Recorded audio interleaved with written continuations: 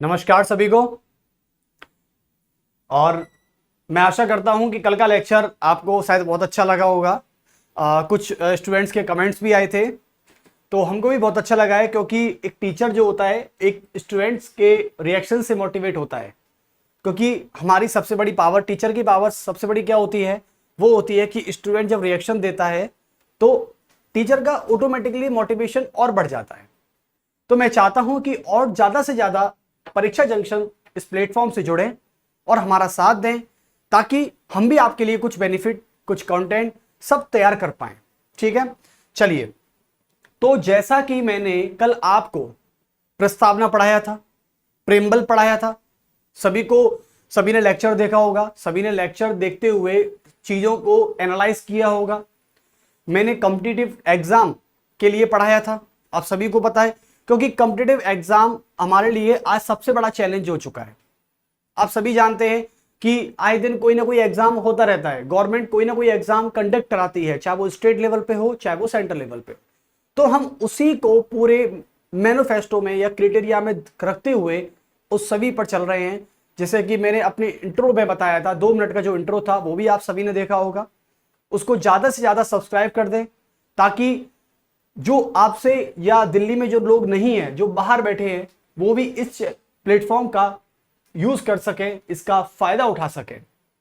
चलिए, तो ज्यादा से ज्यादा लाइक और सब्सक्राइब कीजिए इस चैनल को। ठीक है, शेयर भी कीजिएगा। जो आपको लगता है कि आपका जो कलीग है कहीं ऑफलाइन या ऑनलाइन तरीके से कहीं क्लास ले रहा है, तो उसको भी भेजें, ताकि वो भी इस क्लास को देखे। ठीक है, चलिए।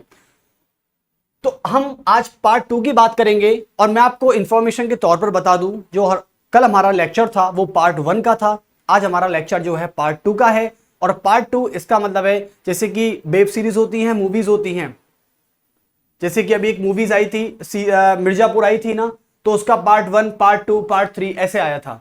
तो ऐसे ही हम पॉलिटी के लेक्चर में चलेंगे, क्योंकि आपको भी पता है कि कुछ लेक्चर बहुत लेंदी होते हैं, जिनका पार्ट 1, पार्ट 2, पार्ट 3 में ब्रेक करना पड़ता है। उनको एक साथ नहीं करा सकते, क्योंकि एक साथ कराएंगे तो कुछ चीजें छूट जाएंगी, इसलिए। तो आज मैं पार्ट 2 की तरफ चलता हूं, और लिख भी दिया है, और आपको जब YouTube पे लेक्चर आएगा तो पार्ट 2 लिखा आएगा, डोंट वरी। चलिए, तो पार्ट 2, और मैं चैप्टर का नाम है हमारा प्रस्तावना। जो कल था वो आज है, और मे भी आज पूरी कोशिश करेंगे इसे पूरी तरह समझाते हुए इसके फिनिश कर दें आज प्रस्तावना। और हम ये चाहते हैं कि अब जल्दी ही हम इस प्लेटफॉर्म के माध्यम से पॉलिटी के MCQ, मल्टीपल चॉइस क्वेश्चन भी लाने वाले हैं।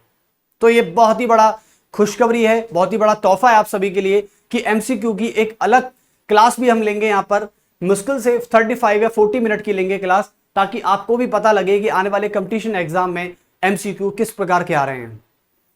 प्रस्तावना और प्रेम्बल, तो कल हम सभी ने यहां तक तो पढ़ लिया था, सभी ने लेक्चर देखा होगा। लास्ट लेक्चर हमारा, जब लास्ट पॉइंट था हमारा, तो उस पे था सेक्युलरिज्म, धर्मनिरपेक्षता। और धर्मनिरपेक्षता को हमने अच्छी तरह से समझ लिया था। धर्मनिरपेक्षता का मतलब होता है जिसे पंथ निरपेक्ष भी कहते हैं। मैं आपको बता दूं, जो धर्मनिरपेक्ष होता है इसको पंथ निरपेक्ष भी कहते हैं। धर्मनिरपेक्ष या पंथ निरपेक्ष। तो घबराने वाली कोई बात नहीं है स्टूडेंट, क्योंकि दोनों का इंग्लिश में एक ही मतलब होता है, सेक्युलरिज्म। क्या होता है? सेक्युलरिज्म। आज आपको पता है हमारे इंडिया में सेक्युलरिज्म बहुत बड़ा मुद्दा बन गया है, एक सेंसिटिव एक मैटर है, ये एक सेंसिटिव केस है। इससे जीत पाना बड़ा ही मुश्किल है, और हारना इससे है नहीं है। तो धर्मनिरपेक्ष या पंथ निरपेक्ष या सेक्युलरिज्म की हम बात करते हैं, तो इसका मतलब होता है कि भारत का वह प्रत्येक नागरिक, भारत की सर जमीन पर रहने वाला वह प्रत्येक व्यक्ति जो यहां पर रह रहा है, भारत की सिटीजनशिप उसके पास है, जिसे आप कहते हो सिटीजन ऑफ इंडिया, भारत का नागरिक। तो हर वो व्यक्ति जो एक धर्म में है, लेकिन वह दूसरे धर्म में कोई आस्था रखना चाहता है या आस्था रखता है, तो वह उस धर्म का प्रचार भी कर सकता है, एडवर्टाइजमेंट भी कर सकता है, उसका प्रसार भी कर सकता है, उसको फैला सकता है, ठीक है, और उसको अपना भी सकता है। लेकिन जबरन धर्मांतरण धर्मनिरपेक्ष नहीं होता, सेकुलरिज्म नहीं होता। जैसे आपने केरला स्टोरी में देखा होगा, किसी का ब्रेन वॉश कर दिया गया, क्योंकि टेररिज्म ऑर्गेनाइजेशन जो होते हैं वो किसी का ब्रेन वॉश कर सकते हैं, उनको वो ट्रेनिंग दी जाती है, इसलिए। तो पंथनिरपेक्ष आप समझ गए थे, और इसको मैंने बताया था कि ये 42 कॉन्स्टिट्यूशनल अमेंडमेंट ऑफ 1976 में जोड़ा गया था, इंदिरा गांधी सरकार के द्वारा इसे ऐड किया गया था। ओके, तो तीन शब्द जोड़े गए थे, socialism and secularism and integrity. Okay, अब आते हैं प्रस्तावना के उस, जैसे कि हम भारत के लोग, भारत को जो शब्द मैंने लिखाए थे, उसमें नेक्स्ट वर्ड आता है आपका लोकतंत्र, डेमोक्रेसी। लोकतंत्र, और इसको कहा जाता है डेमोक्रेसी। अब डेमोक्रेसी की हम बात करते हैं, तो डेमोक्रेसी एक्चुअली में है क्या? देखो, डेमोक्रेसी एक ग्रीक वर्ड है। क्या है? एक ग्रीक वर्ड है, यानी ग्रीक यानी यूनान की लैंग्वेज में इसको ब्रेक, वहां से इसको लिया गया है डेमोक्रेसी। और आज हमारे पुस्तक में जितने भी पॉलिटी में जो वर्ड है ना, वो ग्रीक से ही लिए गए, क्योंकि ग्रीक को फिलॉसफी की दुनिया कहा जाता है। तो डेमोक्रेसी एक्चुअली में एक शब्दों से मिलकर बना है, यानी ग्रीक शब्द है, ये ग्रीक शब्द है, और ग्रीक शब्द में इसको तोड़ा जाए तो 2 पार्ट्स में डिवाइड होता है। पहला पार्ट, दूसरा, पहला जो है इसको कहते हैं डेमोस। क्या कहा जाता है? डेमोस। ये ई है, सी नहीं है, डेमोस। और दूसरा है क्रेशिया, यानी डेमोस प्लस क्रेशिया, तो दोनों से मिलकर बना है डेमोक्रेसी। और डेमोस का मतलब होता है लोग, और क्रेशिया का मतलब होता है शासन, और दोनों को मिला दें तो लोगों का शासन, और अर्थ इसका निकला है लोगों का शासन।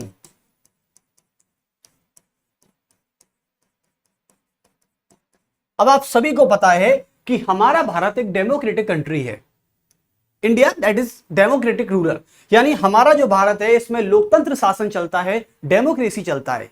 जैसे कहते हैं ना कि भारत एक लोकतांत्रिक देश है, वही, यानी India is a democratic country. कैसे? देख लेते हैं। तो लोकतंत्र का आज अर्थ देख लेते हैं, यानी डेफिनेशन क्या है इसकी। डेफिनेशन यानी परिभाषा। मैं आज आपको यही बताने वाला हूं कि आज परिभाषा और डेमोक्रेसी की मैं बात करता हूं, तो इसकी परिभाषा यह है लोगों का शासन।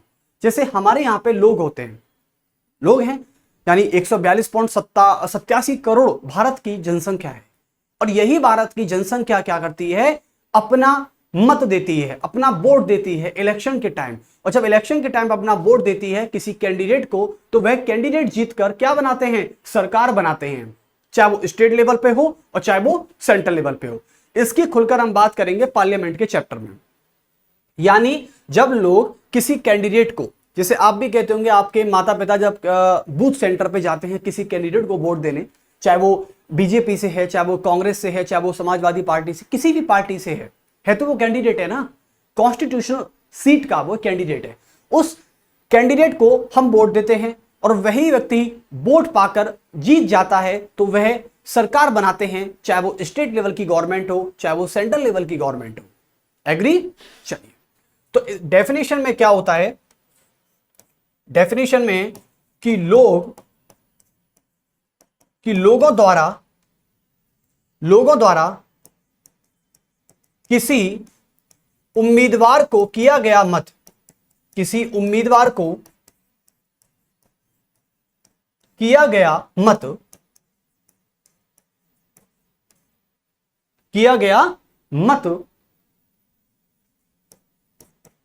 जब वह मत को कहते हैं वोट, जब वह मत पाकर सरकार बनाते हैं, तो यह लोकतंत्र बन जाता है। जैसे कि अब मैं पड़ोसी मुल्क की बात करता हूं, चाइना की। चाइना के राष्ट्रपति का चुनाव नहीं होता, क्योंकि वहां पर एक्चुअली में तानाशाही हो चुकी है। चाइना का राष्ट्रपति नहीं चाहता कि मुझे लोग चुनकर भेजें, वो जबरदस्ती अपने संविधान में चेंज कर देता है। और चीन के राष्ट्रपति जो वर्तमान में शी जिनपिंग है, वो ये कहते हैं, क्या कहते हैं कि जब तक मेरी स्वाभाविक मृत्यु नहीं हो जाती, नेचुरल डेथ नहीं हो जाती, तब तक मैं चीन का राष्ट्रपति रहूंगा। तो ये क्या कहना चाह रहे हैं? ये लोगों से कहना चाह रहे हैं कि तुम्हारे वोट की हमें कोई जरूरत नहीं है। लेकिन भारत में ऐसा नहीं होता। आपको पता है रूस में भी व्लादिमीर पुतिन रूस के लगातार राष्ट्रपति हैं, लेकिन वहां पे इलेक्शन नहीं होता। इलेक्शंस कैसे होते हैं कि रसिया में एक ही कैंडिडेट होता है, जैसे नॉर्थ कोरिया में चले जाते हैं। नॉर्थ कोरिया में जो अभी शासक हैं किम जोंग उन, वो क्या कहते हैं कि जो व्यक्ति कोई वोट नहीं डालेगा उसको सजा की जाएगी, यानी पनिशमेंट दी जाएगी। लेकिन वहां पे दो कैंडिडेट नहीं हो सकते, यानी किम जोंग उन, इलेक्शन होते हैं नॉर्थ कोरिया में। कैसे इलेक्शन होते हैं? नॉर्थ कोरिया में इलेक्शन होगा लेकिन कैंडिडेट एक ही होगा, वो खुद किम जोंग उन होते हैं। अब एक ही कैंडिडेट है, अब ये भी कहते हैं कि जो व्यक्ति मुझे वोट नहीं डालेगा उसको पनिशमेंट दूंगा। तो ये क्या है? ये डिक्टेटरशिप है, ये तानाशाही है। लेकिन भारत में आप सभी को पता है कि ऐसा नहीं होता। जब भी अभी प्रधानमंत्री के इलेक्शन हुए थे तो बीजेपी की तरफ से नरेंद्र मोदी कैंडिडेट थे और कांग्रेस की तरफ से कांग्रेस के प्रेसिडेंट मल्लिकार्जुन खड़गे जो थे वो प्रधानमंत्री पद के उम्मीदवार थे। लेकिन आप सभी ने किसको जिताया? नरेंद्र मोदी को जिताया। तो इसका अर्थ यह है कि आज भी हमारे भारत में डेमोक्रेसी बिल्कुल एग्जिस्ट करती है। तो सरकार बनाते हैं। अब एक्चुअली में यहां पर हम चलते हैं, एक चीज मैं आपको बताना चाहता हूं।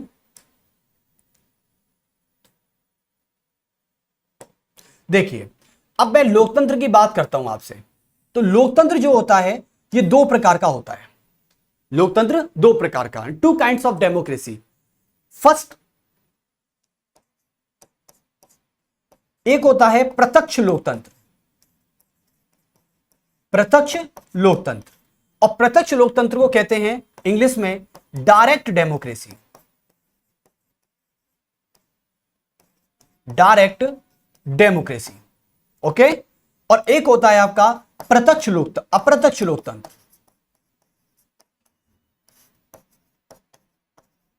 अप्रत्यक्ष लोकतंत्र, और यह होता है indirect democracy. Indirect democracy, okay.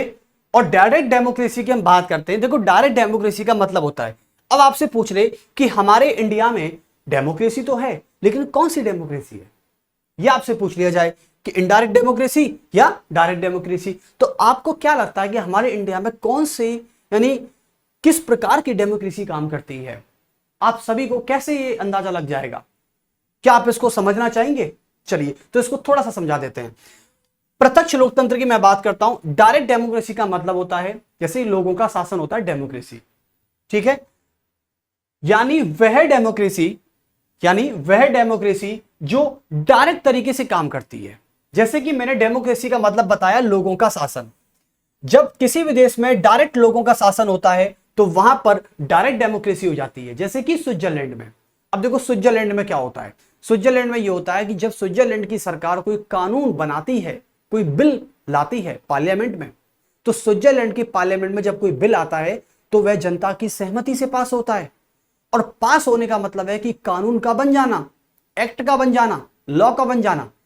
तो यही मैं समझाने की कोशिश कर रहा हूं कि जब ऐसा देश, यानी किसी भी देश में जब कोई बिल लाया जाता है, तो वहां पर पास सरकार की सहमति से नहीं होता, सरकार के वोट से नहीं होता, वहां पर लोगों से पूछा जाता है।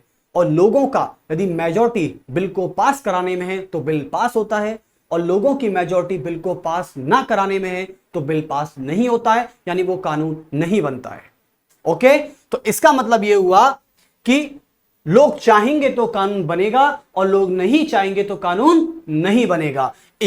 उसे कहते हैं प्रत्यक्ष लोकतंत्र, डायरेक्ट डेमोक्रेसी। यानी इसका मतलब यह हुआ कि इसमें एक एग्जांपल सेट होता है, वो है स्विट्जरलैंड।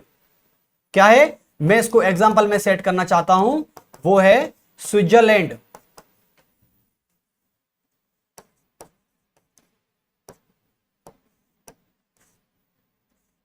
आप सभी समझ गए होंगे, ये स्विट्जरलैंड जो देश है, यहां पर लोगों की सहमति से कानून बनता है। अब आते हैं इनडायरेक्ट डेमोक्रेसी। इनडायरेक्ट डेमोक्रेसी में क्या होता है कि जनता चाहे या ना चाहे, उसके चाहने या ना चाहने से कुछ नहीं होता। यदि सरकार ने ठान ली कि कानून बना के रहेंगे, तो संसद में बैठे हुए हर व्यक्ति ने यदि ठान लिया कि हम कानून बनाएंगे, तो इस पे लोगों की सहमति नहीं चलेगी। तो आप ये बोलना चाहेंगे तो सर ये फिर कैसी डेमोक्रेसी हुई, ये फिर कैसी डेमोक्रेसी है जिसमें लोगों की मर्जी तक नहीं पूछी जाती। जी बिल्कुल, आते हैं एक बार इंडिया के सिस्टम पर। इंडिया में क्या होता है कि मान लो एक्स नाम का व्यक्ति है, मान लो मैं हूं, मैंने किसी को वोट दिया, यानी यहां पर राइट टू वोट आ गया। मैंने जब किसी को वोट दिया कैंडिडेट को, वो कैंडिडेट जीत गया, तो जीतने के बाद क्या होता है, वह सरकार बनाते हैं। तो यहां पर यही होता है हमारे भारत में, क्या होता है कि लोग जब अपने प्रतिनिधि को चुनते हैं या अपने प्रतिनिधि को, उम्मीदवार को वोट देते हैं, मत देते हैं, तो वह प्रतिनिधि बनता है और प्रतिनिधि सरकार बनाते हैं।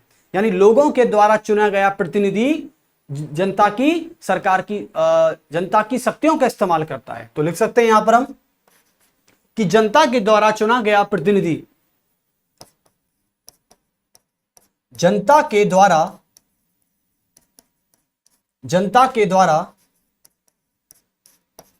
चुना गया प्रतिनिधि, जनता के द्वारा चुना गया प्रतिनिधि, अब सरकार बनाएंगे, प्रतिनिधि सरकार बनाते हैं,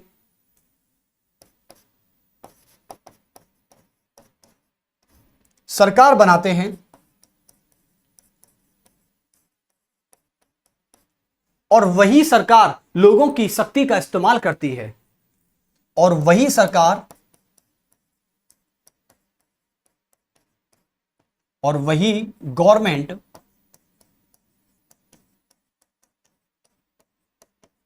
लोगों की शक्ति का प्रयोग करती है।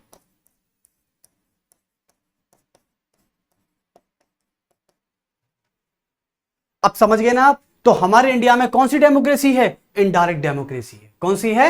Indirect democracy. और इसी को दूसरी लैंग्वेज में कहा जाता है, मैं आपको बताना चाहूंगा, इसी को दूसरी लैंग्वेज में कहा जाता है रिप्रेजेंटेटिव डेमोक्रेसी।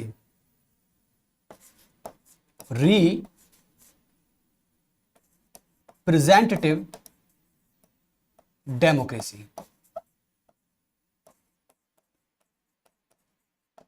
चलिए, तो आप समझ गए इस चीज को, रिप्रेजेंटेटिव डेमोक्रेसी, और इसको कहते हैं इनडायरेक्ट डेमोक्रेसी, जो हमारे इंडिया में काम करती है। और यही मैं आपको बता दूं, इसका सबसे बड़ा एग्जांपल है भारत। इसका सबसे बड़ा एग्जांपल क्या है? भारत। चलिए, तो आप सभी को दिख रहा है, एक बार नोट डाउन कर लीजिए सभी।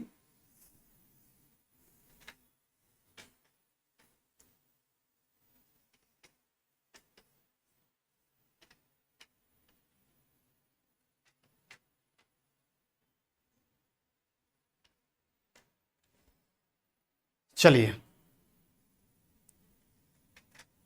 तो इसका क्या एग्जांपल है? इंडिया। यानी हमारे इंडिया में अभी भी रिप्रेजेंटेटिव डेमोक्रेसी काम कर रही है। यह आपको याद रखना होगा, चाहते हुए और ना चाहते हुए भी, क्योंकि मैंने आपको समझा दिया है। मेरा काम है आपको कॉन्सेप्ट सिखाना, रटाना का मेरा काम नहीं हो सकता। और ना ही मैंने कभी भी, जब पॉलिटी पढ़ाई है, कई सालों से मैं पॉलिटी पढ़ा रहा हूं, तो मैंने कभी भी स्टूडेंट्स को यह नहीं चाहा कि आप पॉलिटी को रटिए। रट्टाफिकेशन जिसको कहते हैं ना, रट्टा, यानी रात रात भर हो गए लेकिन एक पेज तक खत्म नहीं होने को आ रहा है, तो ये क्या है? रटना है। और एक पेज खत्म भी हो गया ना तो सुबह तक फुर्र हो जाता है, उसे कहते हैं रट्टाफिकेशन, जो बिल्कुल भी काम नहीं करती है। क्योंकि गवर्नमेंट इस तरीके से अपना एग्जाम बना रही है कि वो चाहेगी नहीं कि रट्टाफिकेशन वाला कोई भी कैंडिडेट हमारा एम्प्लॉय बने। ये बात हकीकत में है। तो आप समझ गए हैं, ये इंडिया है, ये सब तरीके से पूरा काम। अब आते हैं नेक्स्ट वर्ड पे, जो हम आगे चलना चाहते हैं। चलिए, यानी लोकतंत्र का सबसे बड़ा एग्जाम्पल होता है कि यदि लोगों के पास राइट टू वोट होना चाहिए। क्या होना चाहिए? राइट टू वोट होना चाहिए। चलिए, तो नेक्स्ट की तरफ चलते हैं हम। नेक्स्ट शब्द है आपका रिपब्लिक, गणतंत्र। सभी डाल लीजिए, गणतंत्र, और इसको इंग्लिश में कहा जाता है Republic.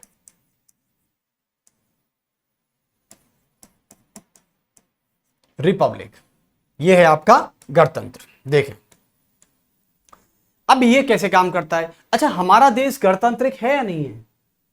India is a Republican या India is a democratic Republican country.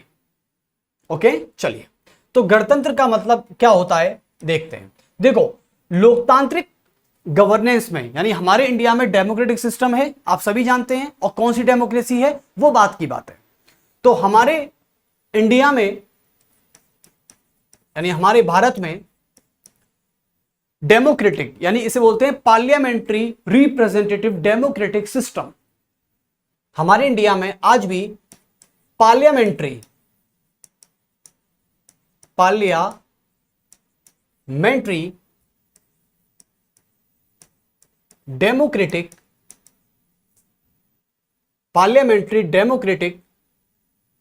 Representative system काम करता है, जिसे हिंदी में कहा जाता है संसदीय लोकतांत्रिक प्रतिनिधि व्यवस्था। आप लिख सकते हैं हिंदी में भी, जिसको हिंदी में कहा जाता है संसदीय लोकतांत्रिक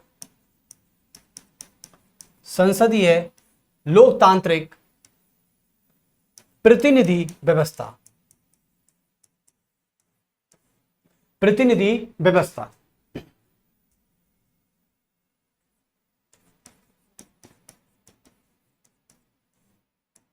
चलिए, तो संसदीय लोकतांत्रिक प्रतिनिधि व्यवस्था काम करती है, आप सभी को पता है।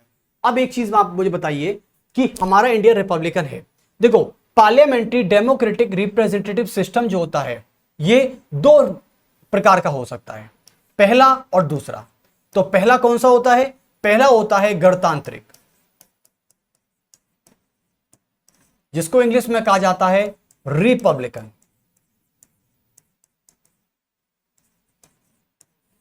ओके, और दूसरा होता है राजशाही, जिसको कहा जाता है मोनार्ची। ये मोनार्ची है, ये रिपब्लिकन है, और ये पार्लियामेंट्री डेमोक्रेटिक रिपब्लिकन सिस्टम काम करता है दोनों। ठीक है, दो प्रकार का होता है। देखो, आपको भी पता है कि संसद जो होती है, संसद हमारे भारत में भी काम करती है और ब्रिटेन में भी काम करती है। भारत में भी काम करती है और ब्रिटेन में भी काम करती है। करती नहीं करती? तो ब्रिटेन में भी संसद काम कर रही है और इंडिया में भी काम कर रही है। और आप सभी को पता है कि ब्रिटेन, यानी जब हमारा भारत 150 साल से ज्यादा भी गुलाम रहा था, 150 साल से ज्यादा ब्रिटेन का ये डोमिनेंट रह चुका है इंडिया। जब अंग्रेज भारत पर राज करके गए थे, तब आप सभी को पता है कि भारत ने जब संविधान बना रहा था, तो उस समय पूरी संसदीय प्रणाली ब्रिटेन से ली गई थी। आज भी भारत का संविधान में जो संसदीय प्रणाली है, जो पार्लियामेंट्री सिस्टम है, वो ब्रिटेन से लिया गया है। इसका मतलब दोनों में पार्लियामेंट काम करती है। लेकिन आप सभी को पता है कि दोनों में पार्लियामेंट काम करती है, क्योंकि ब्रिटेन के प्रधानमंत्री अभी भारतीय मूल का व्यक्ति थे, जो अब तो खैर नहीं है। पहले कौन थे? ऋषि सनुक थे। कौन थे? ऋषि सनुक। चलिए, तो दोनों देशों में पार्लियामेंट काम कर रही है, ठीक है। लेकिन दोनों देशों में पार्लियामेंट तो है, लेकिन ब्रिटेन जो है डेमोक्रेसी नहीं है, लेकिन भारत में डेमोक्रेसी है। आप बोलोगे सर ये ऐसा कैसे हो गया कि ब्रिटेन में तो संसद भी है और संसद हमने यहीं से ली है भारत में, ठीक है। भारत में संसद है, ब्रिटेन में पार्लियामेंट है, लेकिन दोनों में से ब्रिटेन जो है वो डेमोक्रेटिक नहीं है। यानी पार्लियामेंट्री रिप्रेजेंटेटिव सिस्टम काम करता है किसमें? ब्रिटेन में। और इंडिया में क्या काम करता है? पार्लियामेंट्री डेमोक्रेटिक रिपब्लिकन सिस्टम काम करता है। तो दोनों को लिख देते हैं, यहां पर शॉर्ट में लिखूंगा मैं, यहां पर पार्लियामेंट्री डेमोक्रेटिक रिपब्लिकन सिस्टम काम करता है, और ब्रिटेन में डेमोक्रेटिक कंट्री नहीं है वो, वहां पर काम करती है पार्लियामेंट्री रिप्रेजेंटेटिव सिस्टम काम करता है। इसको गौर कीजिएगा एक बार, ओके। तो इस तरीके से काम करता है। अब देखो भारत में क्या होता है, मैं गणतंत्र की परिभाषा बता देता हूं एक बार आप सभी को। देखो गणतंत्र की परिभाषा क्या होती है, यानी रिपब्लिकन की डेफिनेशन क्या है। रिपब्लिकन की डेफिनेशन होती है कि वह देश, जिस देश का यानी जिस कंट्री का प्रमुख, प्रमुख का मतलब होता है चीफ, उससे बड़ा कोई नहीं है। यदि किसी भी देश का प्रमुख या प्रधान या राष्ट्रपति, किसी भी देश का प्रमुख या प्रधान या राष्ट्रपति जनता के माध्यम से चुनकर, लोगों के माध्यम से चुनकर एक 5 वर्ष के लिए, एक निश्चित समय के लिए चुना जाता है इलेक्शन मेथड से, वो उस देश को हम रिपब्लिकन कंट्री कहते हैं। और जिस देश में राजशाही सिस्टम काम करता है, वंशानुगत सिस्टम काम करता है, जैसे कि राजा का बेटा ही राजा बनेगा, आप सभी को पता है, जिसको राजकुमार या राजकुमारी कहते हैं, यानी राजा या रानी का शासन राजशाही कहलाता है। और जनता के माध्यम से देश का चुना गया सबसे बड़ा व्यक्ति जो निश्चित समय के लिए आता है, उसको हम गणतांत्रिक कहते हैं, उसको रिपब्लिकन कहते हैं। आप सभी समझ गए होंगे। चलिए, तो भारत में कौन सी पद्धति काम कर रही है? ये वाली, कि भारत का प्रमुख, यानी भारत का प्रमुख या प्रधान या राष्ट्रपति जनता द्वारा अप्रत्यक्ष माध्यम से चुनकर, अप्रत्यक्ष माध्यम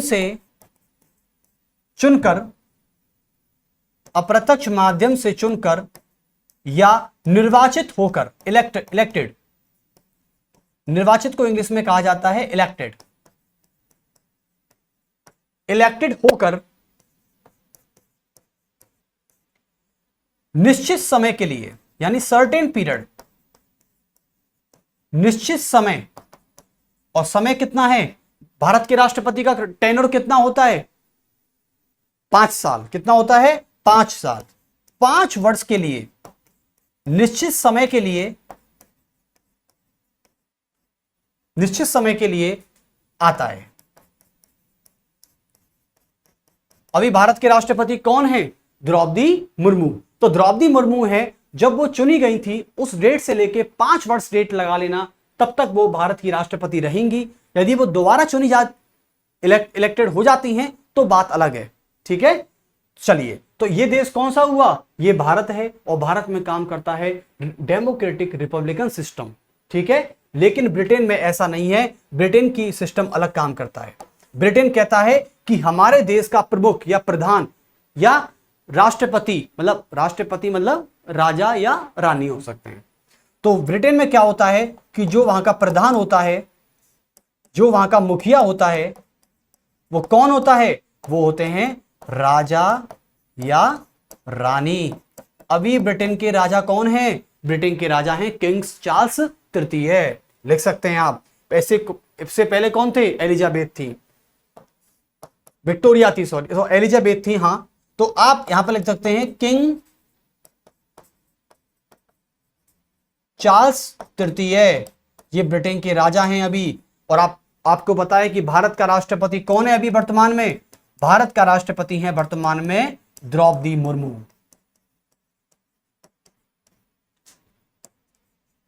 द्रौपदी मुर्मू ये भारत की राष्ट्रपति हैं अभी। ओके, और ये कौन है? राजा। तो आपको भी पता है कि भारत के राष्ट्रपति का जो पद है ना, ये एक्चुअली में ब्रिटेन के राजा या रानी के समान होता है।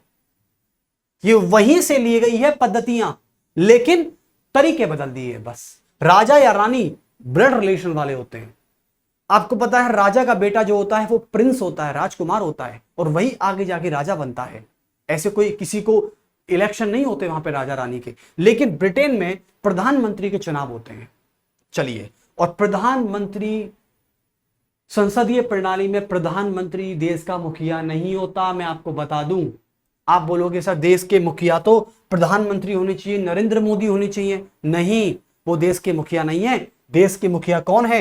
द्रौपदी मुर्मू है, जिनको राष्ट्रपति कहते हैं, प्रेसिडेंट ऑफ इंडिया। चलिए, तो आगे चलते हैं हम। रिपब्लिकन आप समझ गए होंगे सभी। चलिए नेक्स्ट करते हैं। एक शब्द है, और भी शब्द आते हैं, न्याय। मैंने बोला था न्याय, समानता, बंधुत्व, ये सब क्या है? स्वतंत्रता, ये क्या है? ये सब प्रस्तावना में आने वाले शब्द हैं। और न्याय को इंग्लिश में कहा जाता है जस्टिस। ठीक है, चलिए, तो नेक्स्ट शब्द की तरफ चलते हैं, जस्टिस, न्याय, जस्टिस। चलिए अब देखते हैं जस्टिस क्या कहता है।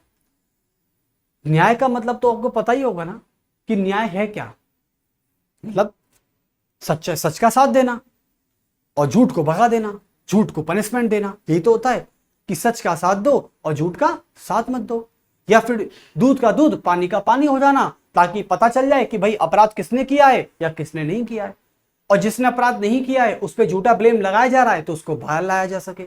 यही तो होता है न्याय। यदि मैं एक सरल डेफिनेशन में देखूं तो न्याय यही हो सकता है। देखिए अब मैं न्याय की बात करता हूं। न्याय होता है 3 प्रकार का, 3 kinds of justice. Like first है सामाजिक न्याय,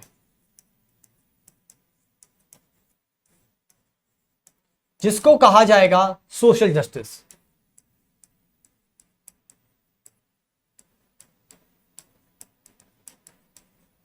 सोशल जस्टिस कहा जाएगा।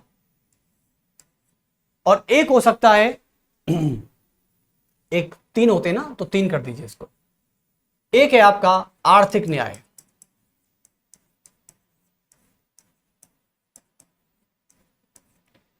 इसे कहते हैं इकोनॉमिकली जस्टिस।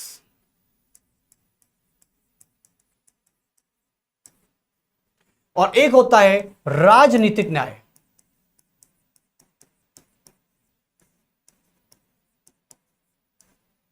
देखिए हम आप सभी के लिए एक न्यूज दे रहे हैं, कंटेंट भी तैयार हो रहा है आपका, क्योंकि मुझे पता है स्टूडेंट कितना भी पढ़ ले उसको कंटेंट की बहुत जरूरत होती है। क्योंकि हमने अब तक के टीचिंग करियर में यही महसूस किया है कि कंटेंट बच्चा सबसे पहले मांगता है। तो यहां से आपका कंटेंट भी तैयार हो रहा है और लेक्चर तो हम ले ही रहे हैं, तो दोनों चीजें एक साथ हो रही हैं।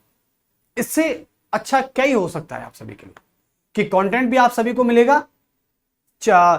परीक्षा जंक्शन के टेलीग्राम चैनल को फॉलो कर लीजिए आप, ठीक है। टेलीग्राम चैनल जब आप डालेंगे परीक्षा JN करके तो आपको टेलीग्राम चैनल मिल जाएगा, वहां पे ज्वाइन कर लीजिए। डेली की डेली PDF आपको लेक्चर के साथ वही मिलेंगी। इससे अच्छा बेनिफिट क्या है, आपको इतना लिखना भी नहीं पड़ रहा, मेहनत भी नहीं करनी पड़ रही, आपको PDF मिलेंगी सारी मेरी इस राइटिंग में जो आप देख रहे हैं यहां पर, और आप अपनी राइटिंग में नोटबुक पे उसे रख सकते हो।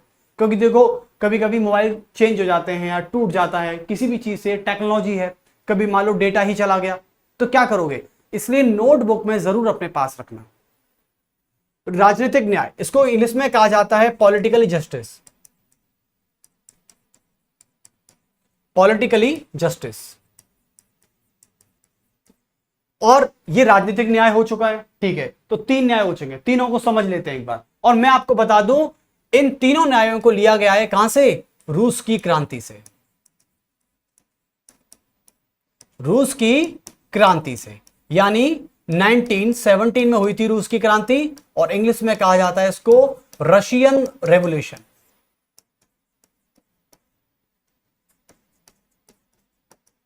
रशियन रेवोल्यूशन ऑफ 1917 से इन तीनों शब्दों को लिया गया है। पेपर में पूछ लेता है कभी भी कि न्याय यानी सामाजिक न्याय, आर्थिक न्याय और राजनीतिक न्याय, इन तीनों शब्दों को किस देश से लिया गया है, तो आपका आंसर होना चाहिए रूस से लिया गया है। और यही शब्द हमारी भारत की संविधान के प्रस्तावना में दिए गए हैं। अब आते हैं कि सामाजिक न्याय क्या होता है। देखो एक बार इसको भी हम महसूस करते हैं कि सामाजिक न्याय का मतलब क्या होता है, फिर आएंगे हम आर्थिक न्याय पे और फिर आएंगे हम राजनीतिक न्याय पे। सामाजिक न्याय मतलब सोसाइटी से रिलेटेड होता है, सोसाइटी से रिलेटेड होता है। सोसाइटी से रिलेटेड मतलब होता है जैसे कि सामाजिक, आप सोसाइटी में रहते हैं सभी, मुझे तो नहीं लगता कि आप जंगल में रहते हैं या कोई बर्ड सेंचुरी में रहते हैं या फिर कोई नेशनल पार्क में रहते हैं। ऐसा तो नहीं है ना कि कोई जंगल वंगल में रहता हो, वही ऐसा तो नहीं होगा ना, ठीक है। तो इसका मतलब ये है कि आप एक सोसाइटी में रहते हैं और उस सोसाइटी में 50 से 60 घर होंगे, ज्यादा भी हो सकते हैं। कॉलोनी बड़ी है तो मैं मान सकता हूं कि 1000 के आसपास भी हो सकते हैं। तो मतलब ये क्या है, ये सोसाइटी है और उस 1000 घरों में से आपका भी घर है, आपका भी एक फैमिली है, समझे ना, एक कोई स्टेटस है। तो वही चीज अब चलते हैं हम सोसाइटी पर। तो सोसाइटी में आप सभी को पता है कि आप हो और आपके पड़ोस वाला, ये जरूरी नहीं है कि वो आपके ही रिलीजियन का हो, आपके ही कास्ट का हो। डिफरेंट हो सकता है ना, कि भाई वो उसका धर्म अलग है या उसकी जाति अलग हो सकती है या उसका जेंडर अलग हो सकता है। मान लो आपके घर में आपके पिताजी मुखिया होंगे, लेकिन आपके पड़ोस वाले घर में मान लो पिताजी किसी कारणवश डेथ हो गई थी 2 वर्ष पहले, तो वहां पे उनकी मदर मुखिया होंगी।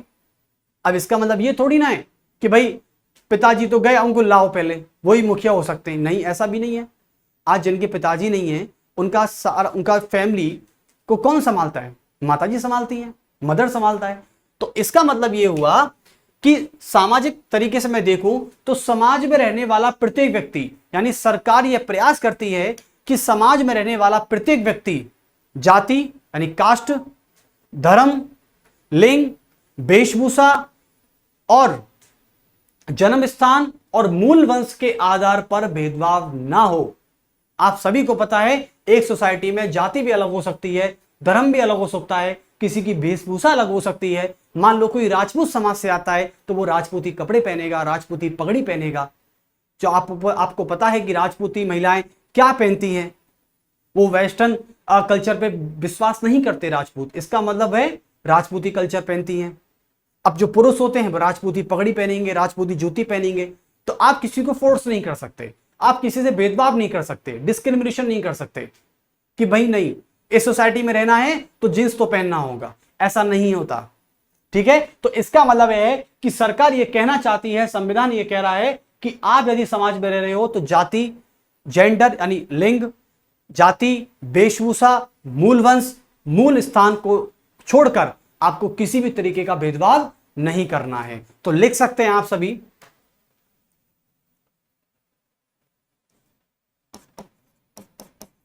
जाति, लिंग, मूल भाषा, आप भाषा मत लिखिए, इसमें भाषा हटा दीजिए,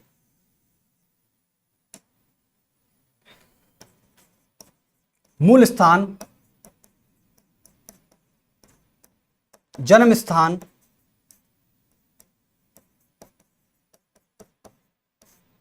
मूल वंश, धर्म के आधार पर कोई भेदभाव ना हो, कोई भेदभाव ना हो। बस ये होता है सामाजिक न्याय। अब आते हैं आर्थिक न्याय।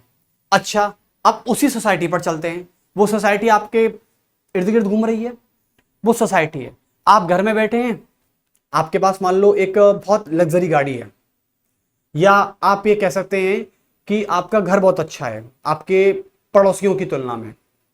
हो सकता है भाई आप सोसाइटी में रह रहे हैं और सोसाइटी में जरूरी नहीं है कि आपके चारों तरफ रहने वाला हर व्यक्ति आपके बराबर का हो, आपके बराबर का नहीं भी हो सकता है वो। तो आपको यह तय करना है कि आप उससे कैसे तरीके से ट्रीट करते हो, सरकार उससे कैसे ट्रीट करती है, आपका भी उसमें नेचर बनता है। यदि आप और सरकार मिलकर आपसे कमतर वाला आदमी, आपसे कम स्टेटस वाले आदमी से आप बुरा ट्रीट करोगे तो वो इकोनॉमिकली जस्टिस नहीं होता डियर। वो क्या होता है, वो डिस्क्रिमिनेटेड होता है, वो भेदभाव हो जाता है। तो मेरा आपसे यही कहना है कि आप हैं चाहे आप सरकार हैं, या आपकी सरकार यदि ऐसा कर रही है तो सरकार भी गलत है, और आप ऐसा कर रहे हैं तो आप भी गलत हैं। और आपको पता होगा कि डिस्क्रिमिनेट करने की सजा हमारे संविधान में, जो अब तो आईपीसी को बीएनएस कर दिया गया है, इंडियन पीनल जो कोड है उसका नाम बदलकर क्या कर दिया गया है, भारतीय न्याय संहिता, बीएनएस। यही चीज मैं समझाने की कोशिश कर रहा हूं। तो कभी भी अब सरकार क्या देखती है, सरकार ये देखती है कि भाई एक सोसाइटी है, एक सोसाइटी में 50 घर होते हैं, 50 का सोशल स्टेटस या इकोनॉमिकली स्टेटस बराबर नहीं होता। किसी के पास प्रॉपर्टी ज्यादा है तो किसी के पास प्रॉस्पर्टी ज्यादा है, यानी विरासत ज्यादा है। किसी की इनकम कम है, किसी की इनकम ज्यादा है। किसी की मान लो 2 लाख पर मंथ है तो किसी की 5,000 8,000 रुपए पर महीने है, जो बेचारा डेली मजदूरी करता है और कमाता है और खाता है बस। लेकिन ऐसा नहीं है कि वो कमजोर है, कि वो बेचारा है, ऐसा नहीं है। बस वो लाचार हो सकता है लेकिन बेचारा नहीं हो सकता। लाचार अपनी कंडीशन से हो सकता है लेकिन वो काम कर रहा है। तो इसलिए कहता हूं कि सम्मान पाने का हर व्यक्ति को अधिकार है। तो आर्थिक न्याय क्या होता है कि सरकार यह प्रयास करती है, तो लिख दें आप, सरकार यह प्रयास करती है, सरकार यह प्रयास करती है कि आय यानी इनकम, आय, संपत्ति यानी प्रॉपर्टी, संपत्ति, आय और संपदा, जिसको इंग्लिश में कहा जाता है प्रॉस्पेरिटी, के आधार पर, के बेस पर कोई भेदभाव ना हो।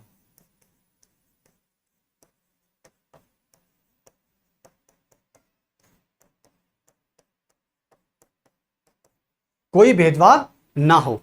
अच्छा, अब मुझे बताइए कि सरकार यह प्रयास करती है, सरकार के ये प्रयास कैसे होते हैं? प्रयास मतलब होता है एफर्ट करना। सरकार कैसे प्रयास कर रही है? क्या वो ऐसा कर पा रही है, क्या वो ऐसा नहीं कर पा रही है? आप मुझे बताइए। अच्छा, प्रधानमंत्री की कितनी सारी स्कीमें हो आप जानते हो? अभी प्राइम मिनिस्टर जो सेंट्रल लेवल पर या चीफ मिनिस्टर जो स्टेट लेवल पर जो स्कीम निकालते हैं, जैसे कि अभी एक निकाली थी स्कीम थी जनधन योजना। ये जनधन योजना क्यों है? मैं आपसे कहना चाहता हूं, एक मेरे पास योजना आई है जनधन योजना, जनधन योजना। ये प्रधानमंत्री के द्वारा, नरेंद्र मोदी जी के द्वारा प्रारंभ की गई योजना है, स्टार्ट की गई योजना है जनधन योजना। अब जन का मतलब होता है लोग और धन का मतलब होता है पैसा, और योजना आप सभी को पता है तो लोगों को पैसा, यानी अब सभी लोगों को नहीं। किसी की इनकम ज्यादा हो सकती है, तो अब इनकम ज्यादा है, उसके पड़ोस में रह रहा है कोई कमतर व्यक्ति जो बहुत निचले स्तर का हो सकता है पैसे से, ठीक है, वो नहीं कमा पाता, वो महीने का 15-20 कमा लेता है बस। अब इसका मतलब क्या हुआ? इसका मतलब ये हुआ कि सरकार इस वाले व्यक्ति को जो नीचे है उसको ऊपर उठाने का प्रयास करेगी ताकि उसे लेवल पे लाया जा सके। यानी अमीर और गरीब के बीच के फासले को मिटाना क्या होता है? इकोनॉमिकली जस्टिस होता है। ओके, अब आते हैं पॉलिटिकल जस्टिस क्या होता है। यहां से इसको हटा देते हैं एक बार।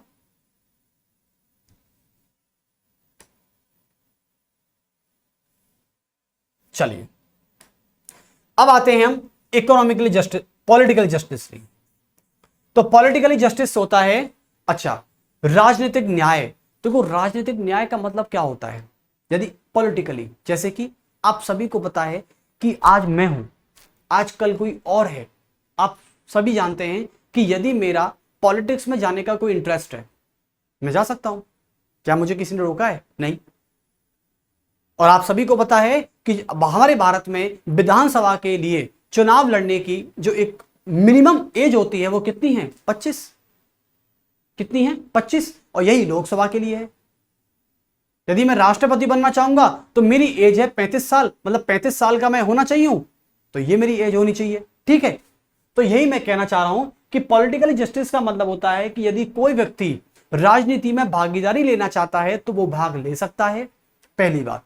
दूसरी बात, यदि भारत का प्रत्येक व्यक्ति अपनी बात को सरकार तक पहुंचाना चाहता है तो वो पहुंचा सकता है।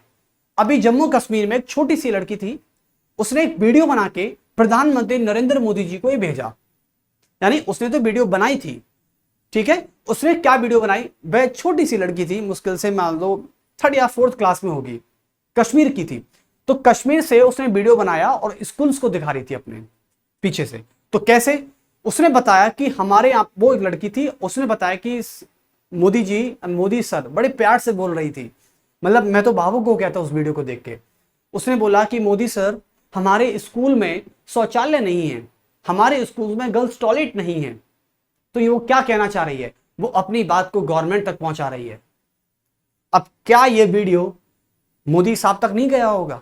गया होगा, उन्होंने इस पे एक्शन लिया होगा। यानी एक्शन का मतलब गुड एक्शन, यानी कश्मीर के उस स्कूल से के प्रिंसिपल से बात की होगी, उसको फंड भेजा होगा कि भाई शौचालय बनाओ, बेटी परेशान है।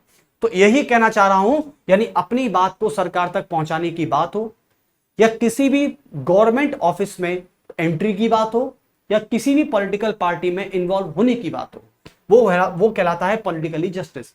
तो लिख लेते हैं इसमें, अपनी बात को, या फिर कह सकते हैं कि भारत का नागरिक, भारत का प्रत्येक नागरिक, भारत का प्रत्येक नागरिक, भारत का प्रत्येक नागरिक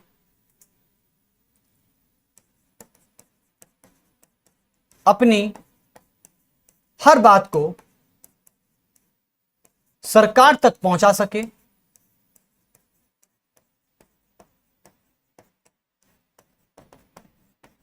सरकार तक पहुंचा सके। दूसरा इसमें आता है, किसी भी सरकारी दफ्तर में प्रवेश की अनुमति, किसी भी सरकारी दफ्तर में, किसी भी सरकारी दफ्तर में प्रवेश की अनुमति, परमिशन। ओके? या किसी भी राजनीतिक दल में शामिल होना, किसी भी राजनीतिक दल में शामिल होना।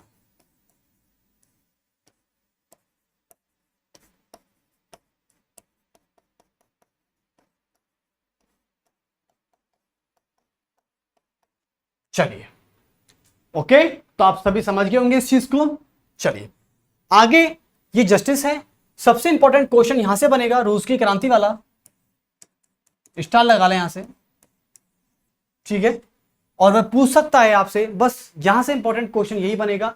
बाकी ये सारी डेफिनेशंस हैं, ये कॉन्सेप्ट है, आप सभी को पता होना चाहिए। चलिए, तो अब चलते हैं नेक्स्ट वर्ड की तरफ। आप बोर तो नहीं हो रहे शायद? बहुत, देखो चीजें किताबों से नहीं, चीजें सोसाइटी से निकलती हैं। और पॉलिटी एक सोशल सोशल सब्जेक्ट है। ये रटने से या ऐसे कुछ तरीके से नहीं हो सकती। इसे हम पूरे तरीके से सोसाइटी तरीके से कॉन्सेप्चुअल बनाना चाहते हैं। चलिए, तो नेक्स्ट है आपका शब्द समता, यानी इक्वलिटी की बात करते हैं आपसे। शायद कल मैंने क्वेश्चन सभी को डाला था, आप सभी ने देख लिया होगा उस क्वेश्चन को, कि प्रस्तावना से कैसे कैसे क्वेश्चन बन सकते हैं। और एमसीक्यू की क्लास हम लेके आ रहे हैं, जल्दी ही लेके आ रहे हैं एमसीक्यू की।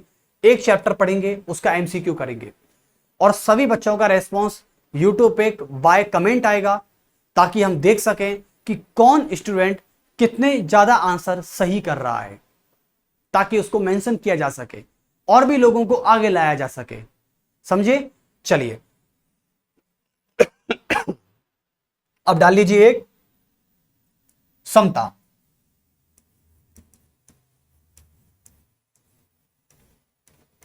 देखिए, इस परीक्षा जंक्शन प्लेटफॉर्म से जितना संभव हो सकेगा आपके लिए उतना फायदा पहुंचाने की कोशिश करेंगे, चाहे कंटेंट से हो, चाहे लेक्चर से हो, चाहे किसी भी तरीके से हो। हम जितना प्रयास कर सकते हैं उतना प्रयास करेंगे, और हद से ज्यादा ही करेंगे आपके लिए। बस आप इस परीक्षा जंक्शन के प्लेटफॉर्म से बने रहिए, मेरा आपसे बस यही गुजारिश, यही कहना है, ठीक है। चलिए, आपसे हम कुछ भी नहीं ले रहे, सबसे बड़ी बात यह है, कुछ भी इन द सेंस, बस आपका टाइम चाहते हैं, समय चाहते हैं। और समय ही बहुत कीमती चीज होती है जो आपसे हम ले रहे हैं, और शायद मैं भी आपको समय दे रहा हूं, ठीक है। तो दोनों का जब समय मिलेगा तो एक बड़ा ही ब्लास्ट होगा। कहते ना कि मेहनत इतनी खामोशी से करो कि सफलता शोर मचा देती है। आगे बात करते हैं समता की। मैं इसको इंग्लिश में कहूंगा इक्वलिटी।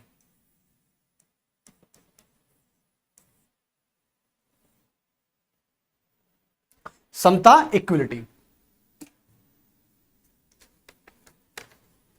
मैंने आपको एक वर्ड लिखाया था कल, समानता। देखो डियर, समता और समानता वो एक ही है, भाव एक ही है, लेकिन शब्दों में फर्क है। वहां पर ना आ रहा है, यहां पर सीधा ता आ रहा है।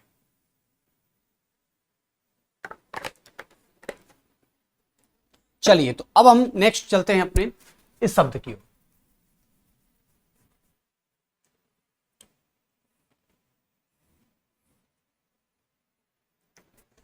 समता, जो शायद आज कहीं हद तक लुप्त हो चुकी है हमारे भारत में, मुझे शायद देखने को नहीं मिलती। बड़ी दुर्लभ चीज है ये, समता देखने को मिल जाए। कहते हैं कि इंसानियत आज की दुनिया में खत्म हो गई है, और जब इंसानियत खत्म होने का दौर प्रारंभ हो जाए ना, तो समझ लेना कि समता खतरे में आ गई है, समता रिस्क में आ गई है। शायद मेरा तो यही मानना है, एक सोचने के तौर पे देखूं, जितना मैं सोच लेता हूं उतना मैं कह देता हूं, तो यही चीज मैं कहूंगा कि समता शायद बहुत कम देखने को मिल रही है। समता क्या है? समानता। आज हमसे समाज में रहने वाला कोई कमतर व्यक्ति है भी है ना, तो उससे हम समानता नहीं रख रहे हैं, उसको हम अपना चापलूस समझ रहे हैं। देखो, ये कहने में थोड़ा सा गंदा लगेगा, लेकिन कहने में कोई बुराई नहीं है। आज हमारी सोसाइटी कहीं की भी ले लो, गांव से लेके शहर तक, शहर से लेके महानगरों तक ले लो यार, मैं सभी की बात कर रहा हूं।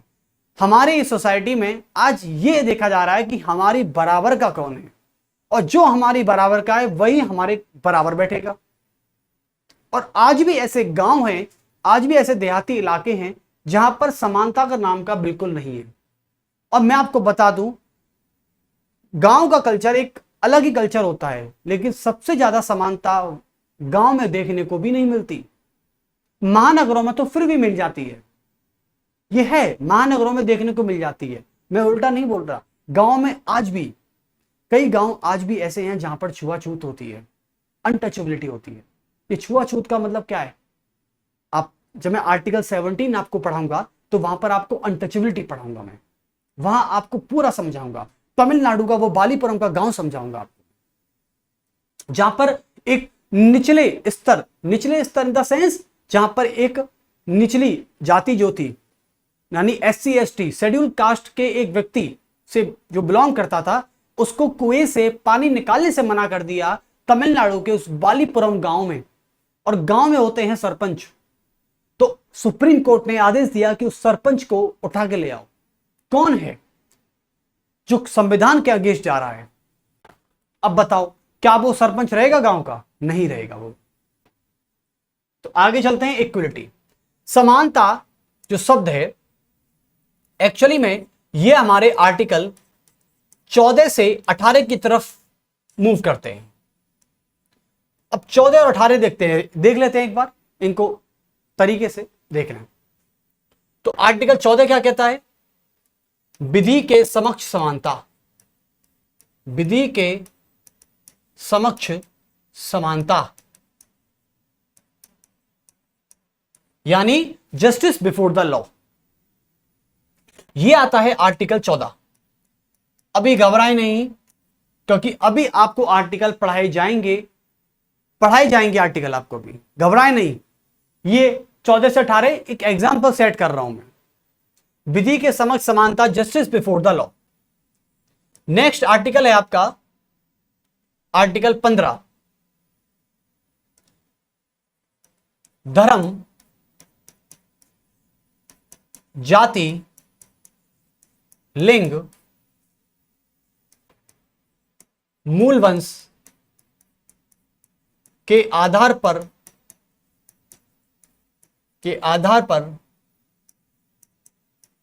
कोई भेदभाव नहीं,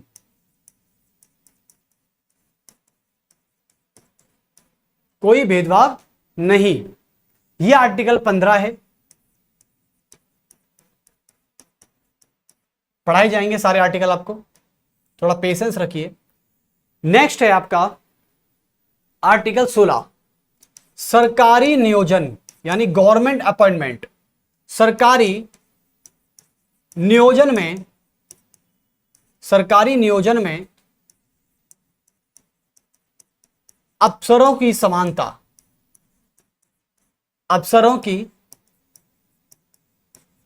समानता, आर्टिकल 16।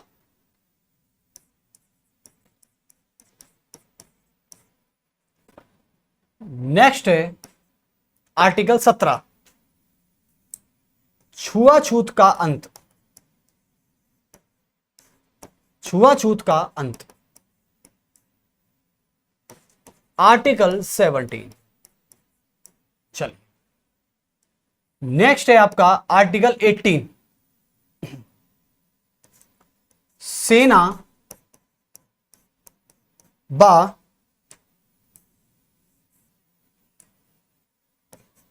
सेना व शिक्षा को छोड़कर,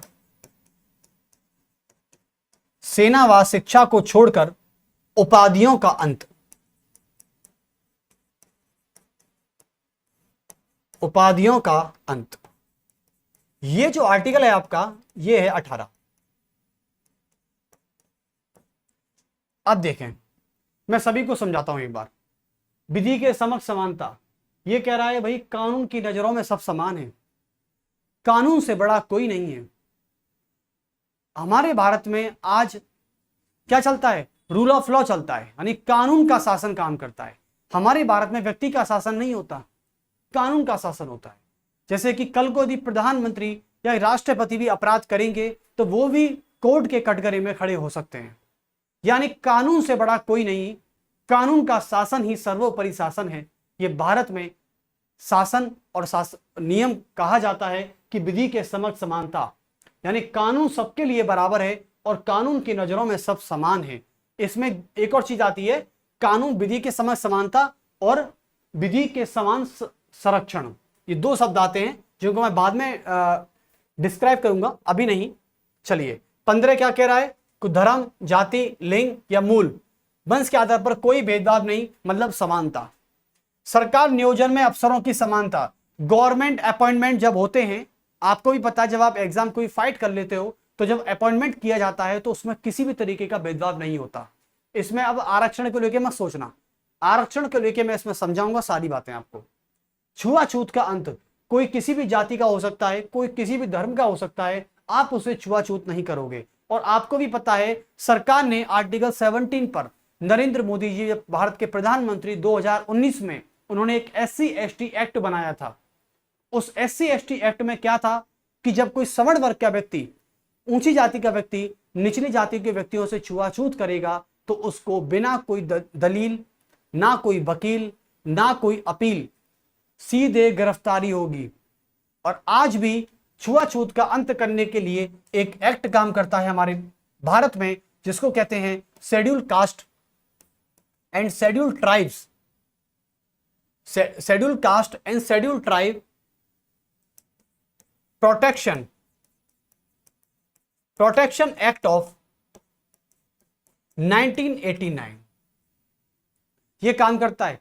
और याद रखना, छुआछूत किसी भी प्रकार का मत कर देना। यदि गलती से भी FIR हो गई ना तो SC/ST एक्ट में ऐसे पकड़े जाओगे कि छूट, बेल तो क्या, जमानत भी नहीं होगी आपकी। तो इसलिए इससे बच के रहना। यह आर्टिकल 17 बहुत सेंसिटिव आर्टिकल है और इसको याद रखना। अब आते हैं सेना व शिक्षा को छोड़कर उपाधियों का। आपको पता है कि सेना और शिक्षा के अलावा किसी भी क्षेत्र में उपाधि नहीं दी जा सकती, क्योंकि उपाधियां जो होती हैं वो स्टेटस में फर्क देती हैं। जैसे कि आपके पड़ोसी को मान लो कोई उपाधि मिल गई है, जैसे कि लॉर्ड की। लॉर्ड मतलब क्या होते हैं? जैसे कि Lord Mountbatten, Lord Dalhousie, Lord Machiavelli, Lord hoarding, Lord Warren Hastings, ये सब क्या थे? ये अंग्रेजों थे और अंग्रेज उपाधि लेकर आते थे और यहां पर भेदभाव करते थे। तो उपाधि लेने वाला व्यक्ति का सीना चौड़ के चलता है कि मैं हूं, जो भी हूं। ये गलत है, ठीक है? तो उपाधि नहीं हो सकती। हाँ, सेना में परमवीर चक्र होते हैं, अशोक चक्र होता है, ये होते हैं। और शिक्षा में डॉक्टर की उपाधि होती है, ये उपाधि है। बस इनको छोड़कर उपाधि सरकार नहीं देती, ये राज्य सरकार को इंश्योर करती है। ओके, तो आप समझ गए हैं, ये है समानता। बस और भी समानता की हम बात कर लेते हैं। जैसे कि समानता में और भी चीज आती है। आर्टिकल 326, इसको भी नोट कर लेना। ये जो आर्टिकल है ये राइट टू वोट है। क्या है? राइट टू वोट यानी मतदान का अधिकार।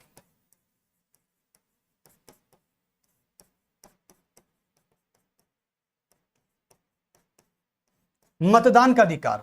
और एक आर्टिकल और है जो समानता की बात करता है, 39। आर्टिकल 39 क्या कहता है कि पुरुष हो या महिला, उनको समान कार्य के लिए समान वेतन दिया जाएगा, यानी इक्वल पे इक्वल वर्क, चाहे वो महिला है चाहे पुरुष है। लेकिन आज हमारी सोसाइटी में क्या हो रहा है कि महिलाएं को माना जाता है कि महिलाएं जो होती हैं वो कम परिश्रमी होती हैं, कम हार्ड वर्किंग होती हैं, इसलिए उनको पैसा कम दो, और पुरुष ज्यादा हार्ड वर्किंग लोग होते हैं और वो ज्यादा से ज्यादा सामान उठा सकते हैं। तो आपने जब मजदूर इलाकों में लेबर क्लास की महिलाओं से या लेबर क्लास के किसी भी मेल से मिल लेना और उनसे पूछ लेना कि आपको कितना पेमेंट दिया जाता है, पुरुष को 200 रुपए ज्यादा ही मिलते हैं क्योंकि वो ज्यादा हार्ड वर्किंग होता है। लेकिन ये गलत है, ये गलत है। इसमें कहा जाता है पुरुष हो या महिला, पुरुष हो या महिला उसे जीवन यापन करने के लिए, उसे जीवन यापन करने के लिए समान कार्य हेतु समान वेतन दिया जाएगा। समान कार्य हेतु समान वेतन दिया जाएगा।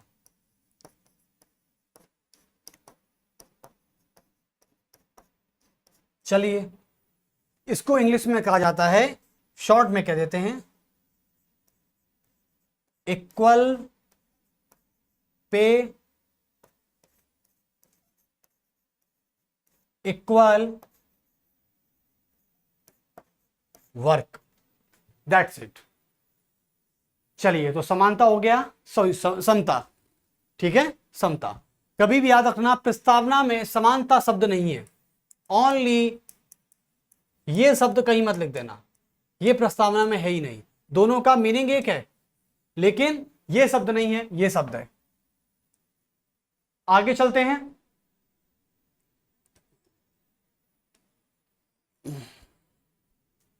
इसके बाद आता है स्वतंत्रता। बस चैप्टर लास्ट होने वाला है, घबराइए नहीं। स्वतंत्रता, इसको कहते हैं लिबर्टी।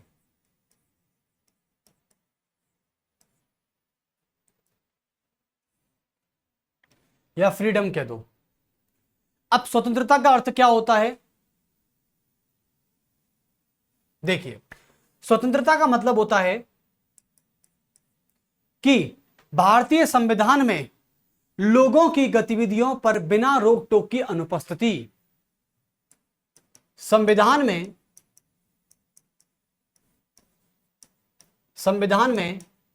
लोगों की सभी गतिविधियों पर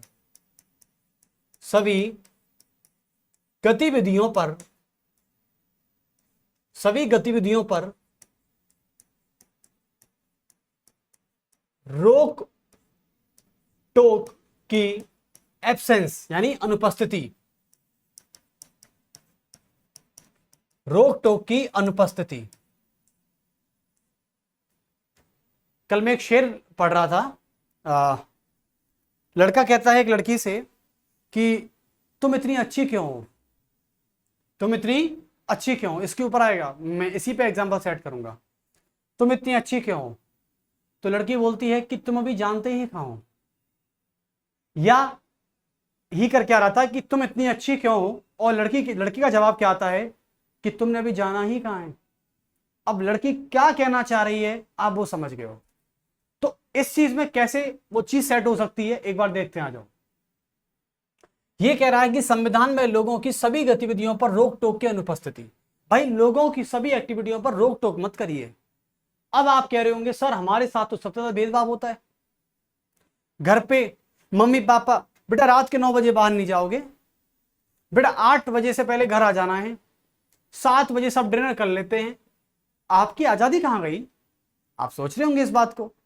देखो, आप सभी को पता है कि हमारे भारत में, देखो चलो एक बार बता देते हैं, हमारे भारत में भीमराव अंबेडकर ने एक बात बोली थी कि लोकतांत्रिक, गणतांत्रिक, लोकतांत्रिक, गणतांत्रिक राज्य व्यवस्था के लिए, राज्य व्यवस्था में के लिए नहीं, लोकतंत्र गणतांत्रिक राज्य व्यवस्था में लोगों के मानसिक, शारीरिक यानी मेंटली, फिजिकली और आध्यात्मिक यानी स्पिरिचुअली, आध्यात्मिक और नैतिक यानी मोरली या एथिकली, नैतिक विकास के लिए, डेवलपमेंट के लिए स्वतंत्रता जरूरी होती है, स्वतंत्रता जरूरी होती है। अब आप बोलोगे कि सर हमारे साथ तो सबसे ज्यादा भेदभाव होता है, हमारे पेरेंट्स तो हम पे बहुत ज्यादा लिमिटेशन लगा के रखते हैं कि ये नहीं करना, वो नहीं करना, तो क्या ये रोक टोक नहीं है? बिल्कुल है रोक टोक। मैं आपसे ये बोला ही नहीं कि ये रोक टोक नहीं हो सकती, ये रोक टोक है। लेकिन आपको भी समझना होगा, चाहे देश की बात करूं, चाहे मैं आपकी परिवार की बात करूं, चाहे मैं खुद के परिवार की बात करूं, कोई भी फ्रीडम आपको दी जाती है तो उस पर कुछ लिमिटेशंस भी लगाई जाती हैं। क्योंकि चाहे संविधान की बात करूं, संविधान भी ये कहता है कि किसी भी व्यक्ति को कुछ भी करने का लाइसेंस नहीं मिल गया है। यानी ऐसा नहीं है कि आपको यदि लगता है कि आपके सामने वाला आदमी बुरा है या आप उससे जेलस हो रहे हो तो कल आप उसकी हत्या कर दोगे, ये थोड़ी ना है लिबर्टी। अब समझ गए ना आप? यानी आप चाह के भी किसी की हत्या नहीं कर सकते, यह है लिमिटेशन, यह है आपकी एक्टिविटीज पर रोक टोक लगाना, आपकी एक्टिविटीज पर प्रोहिबिटेशन लगाना, सीमा लगाना, लिमिटेशंस लगाना, तो इसको कहा जाता है। यानी आप चाह के भी कुछ नहीं कर सकते। कितना चालोगे? हां, आप वो चीज कर सकते हो जो संविधान के दायरे में है, जैसे कि आप एजुकेशन ले सकते हो ताकि आपका मेंटली डेवलपमेंट हो सके, आप मंदिरों में जाके पूजा कर सकते हो ताकि आपका स्पिरिचुअली डेवलपमेंट हो सके, आप मोरल्स या मोरल एजुकेशंस का इंस्टीट्यूट में जाके पढ़ सकते हो ताकि आपकी एथिकली जो मेंटली डेवलपमेंट है वो एक्टिविटीज बढ़ सके। बस इतना कर सकते हैं। यानी आप संविधान के दायरे में रहकर वो सब कुछ कर सकते हैं जो आप करना चाहते हैं, लेकिन संविधान के बाहर जाकर आपने तिनका भी हिलाया तो आप संविधान के खिलाफ जा रहे हो और आपको इसकी सजा बराबर और बरकरार मिलेगी। चलिए, तो नेक्स्ट है स्वतंत्रता। आप समझ गए सभी? और यदि इसका कोई आर्टिकल पूछ ले तो कह देना कि 19 से 20 आर्टिकल, इसका 19 से 22 आर्टिकल में संविधान के में स्वतंत्रता पूरी तरीके से दी गई है। जब इस चैप्टर पर आएंगे तो खुलकर पढ़ाएंगे, अभी केवल आप इतना जान लीजिए 19 से 22। एक शब्द है आपका बंधुत्व। क्या है? बंधुत्व, जिसको कहते हैं फ्रेटर्निटी। ये फ्रेटर्निटी क्या होती है देख लेते हैं। बंधुत्व का मतलब होता है भाईचारे की भावना, यानी ब्रदरहुड, भाईचारे की भावना, और इसको कहा जाता है ब्रदरहुड।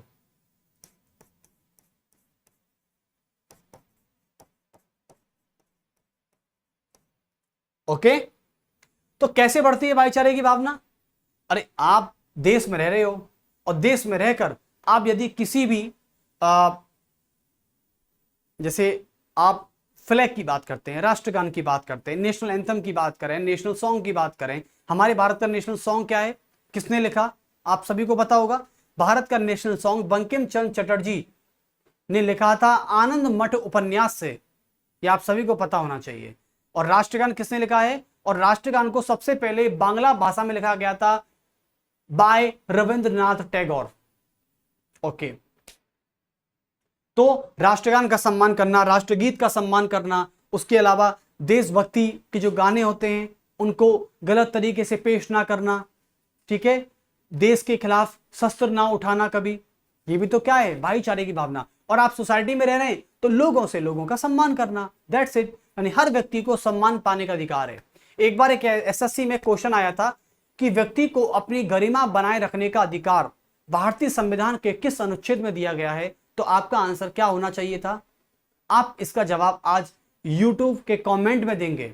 मैं आपसे फिर क्वेश्चन पूछ रहा हूं, तैयार रहें इसके लिए, कि प्रत्येक व्यक्ति को सम्मान पाने का अधिकार भारतीय संविधान के किस अनुच्छेद में है?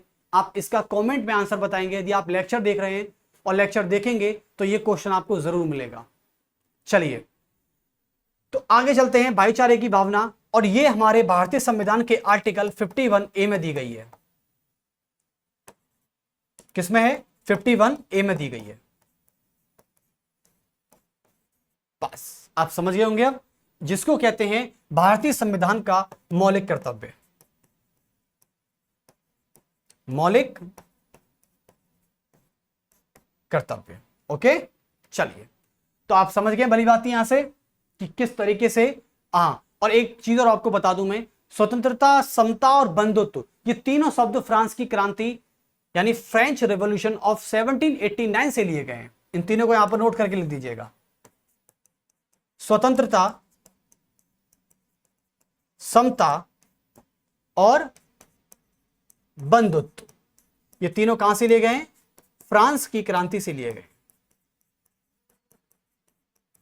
और ये है आपका 1789। चलिए तो अब आपके यहां पर प्रस्तावना लगभग खत्म हो जाती है, लगभग से लगभग खत्म हो गई है प्रस्तावना आपकी यहां पर। लेकिन इससे पहले मैं आपको बता दूं, प्रस्तावना में एक बहुत जरूरी चीज आ गई है। मैं आपको बताना चाहूंगा केवल इतना कि प्रस्तावना को और किन किन नामों से जाना जाते हैं। एक बार 5 मिनट का लेक्चर और बढ़ा लेते हैं, इसको फिनिश कर लेते हैं। देखिए प्रस्तावना को और किन किन नामों से जाना जाता है, क्योंकि यह आपकी एग्जाम में बहुत इंपॉर्टेंट है। देखो सबसे पहले एक व्यक्ति आए थे, एन ए पालकीवाल। नाम याद है सभी को? क्योंकि मैं लिखा चुका हूं, एन ए पालकीवाला। ये व्यक्ति हुए जो कौन थे? संविधान सभा के सदस्य भी थे और जूरिस्ट भी थे।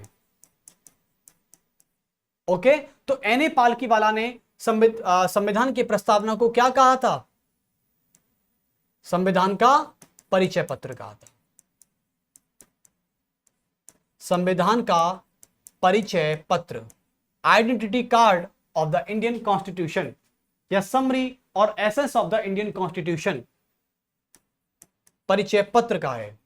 उसके अलावा की बात करें प्रस्तावना, यहां से दूसरे एक संविधान सभा के व्यक्ति हुए, बहुत बड़े व्यक्ति, बहुत बड़े महापुरुष, जिनका नाम है सर अल्लादी कृष्ण स्वामी अय्यर। सर, इनको सर इनकी उपाधि थी, सर अल्लादी कृष्ण स्वामी अय्यर। ये एक व्यक्ति हुए, इन्होंने संविधान की प्रस्तावना को पता क्या बोला था? इन्होंने बोला था दीर्घकालिक सपनों का विचार। यानी ये कोई लंबे समय से कोई सपना देख रहे थे कि हमारा देश डेमोक्रेटिक होगा, हमारा देश रिपब्लिकन होगा, हमारे देश में पार्लियामेंट्री सिस्टम होगा, कितना अच्छा होगा, अपने ही लोग अपने कैंडिडेट को चुनेंगे, वो रिप्रेजेंटेटिव बनेंगे, फिर वो सरकार बनाएंगे और सरकार हमारे लिए काम करेगी, कितना खूबसूरत वो पल होगा। तो सपना है जो लंबे समय से चला आ रहा था, लेकिन अब जाके पूरा हो गया। तो इन्होंने एक नाम दिया, दीर्घकालिक सपनों का विचार है। इन्होंने संविधान को क्या बोला? दीर्घकालिक, यानी लॉन्ग टर्म से चला आ रहा, वो एक इमेज थी इनके माइंड में, दीर्घकालिक सपनों का विचार। चलिए उसके बाद बात करते हैं, एक व्यक्ति और हुए जिनका नाम है के एम मुंशी। और के एम मुंशी संविधान सभा की ड्राफ्ट कमेटी के मेंबर थे, और ड्राफ्ट कमेटी के अध्यक्ष कौन थे? डॉक्टर भीमराव अंबेडकर, जिनको संविधान का जनक बोला जाता है। Who is the father of Indian constitution? आपका आंसर होना चाहिए भीमराव अंबेडकर। तो के एम मुंशी जो प्रारूप समिति के सदस्य थे, और इसी समिति के चीफ कौन थे? अंबेडकर साहब, प्रारूप समिति के सदस्य। इन्होंने दो चीज बोली थी, प्रस्तावना के ऊपर। क्या बोला था, चलिए, इन्होंने प्रस्तावना को बोला था दो प्रकार से। एक बोला था राजनीतिक जन्मपत्री, राजनीतिक जन्मपत्री, जन्मपत्री या कुंडली, इसको कुंडली भी बोल सकते हैं। और दूसरा क्या बोला था, लोकतांत्रिक गणराज्य का भविष्यफल।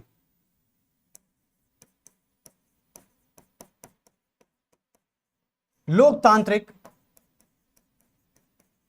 गणराज्य का भविष्यफल, ये आने वाले एग्जाम में बहुत इंपॉर्टेंट है, याद रखना इस बात को। दूसरी बात करते हैं, एक व्यक्ति और हुए जिनका नाम है अर्नेस्ट वॉकर। ये इंडिया से नहीं थे, अर्नेस्ट वॉकर। अर्नेस्ट वॉकर जो थे, इन्होंने, ये एंग्लो इंडियन थे। अर्नेस्ट वॉकर ने इसको कुंजी नोट बोला। प्रस्तावना को क्या बोला गया, कुंजी नोट है ये तो। और एक व्यक्ति और हुए पंडित भार्गव दास ठाकुर। पंडित भार्गव दास ठाकुर, इन्होंने बोला कि ये तो भैया संविधान की आत्मा है, soul of the Indian constitution, संविधान का आभूषण है ये तो। इन्होंने दो शब्द बोले, संविधान की आत्मा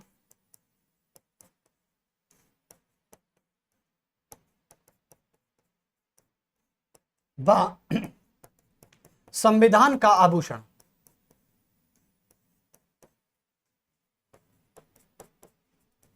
यानी jewellery of the Indian constitution, ये ज्वेलरी है। प्रस्तावना को ज्वेलरी कहा जाता है, किसकी, इंडियन कॉन्स्टिट्यूशन की। एन ए पालकीवाला, अल्लादी कृष्ण स्वामी अय्यर, के एम मुंशी, अर्नेस्ट वॉकर, पंडित भार्गव दास ठाकुर, इन नामों को याद कर लिया, समझ लो प्रस्तावना हो गई। क्योंकि सबसे ज्यादा फैक्चुअल लेवल में यही पूछा जाता है। चलिए, और प्रस्तावना में 3 शब्द जोड़े गए थे, आप सभी को पता है। वो शब्द कौन से थे, 1976 में जोड़े गए थे 42 CA में। उन शब्दों को याद रखना। पहला था समाजवादी और दूसरा था धर्मनिरपेक्षता, धर्मनिरपेक्षता, उसके अलावा तीसरा था अखंडता, इंटीग्रिटी। अखंडता मतलब होता है कि भारत कभी भी टूटने वाला देश नहीं है। ठीक है, जैसे आर्टिकल में 1 से 4 पढ़ाऊंगा तो अखंडता को भी अच्छे से पढ़ लेंगे। तो ये थी आपकी प्रस्तावना। आज ये चैप्टर आप पार्ट 2 में खत्म हो जाता है और कल से हम पॉलिटी का नया चैप्टर स्टार्ट करेंगे और जल्दी ही हम प्रस्तावना से संबंधित, प्रस्तावना से रिलेटेड हम MCQ भी लाने वाले हैं, ताकि आप भी एक्टिव रहें, ताकि हम भी चाहते हैं कि आपके भी आंसर्स आएं, ताकि हमको भी तो पता चले कि मेरा पढ़ाया हुआ आपके दिमाग में कितना तक आया, कितने हद तक आया, क्या मेरी चीजें जो कॉन्सेप्चुअल थी क्या वो आपको समझ में आई। फैक्ट देखो, फैक्ट भी साथ लेकर चल रहे हैं, कॉन्सेप्ट भी साथ लेकर चल रहे हैं। अब पता चलेगा जब आप कमेंट में रिप्लाई करोगे मुझे और मैं लाइव रिप्लाई देखूंगा आपके, और वहीं की वहीं आपको जवाब मिलेगा इसका। तो चलिए, प्रस्तावना फिनिश हो चुकी है और सबसे बड़ी बात, इतिहास भी हम ही पढ़ाएंगे और इतिहास भी जल्दी स्टार्ट करने वाले हैं आपका कुछ ही देर में। चलिए, तो मिलते हैं फिर आपसे कल पॉलिटी के साथ और हिस्ट्री के साथ। नमस्कार, जय हिंद, जय भारत।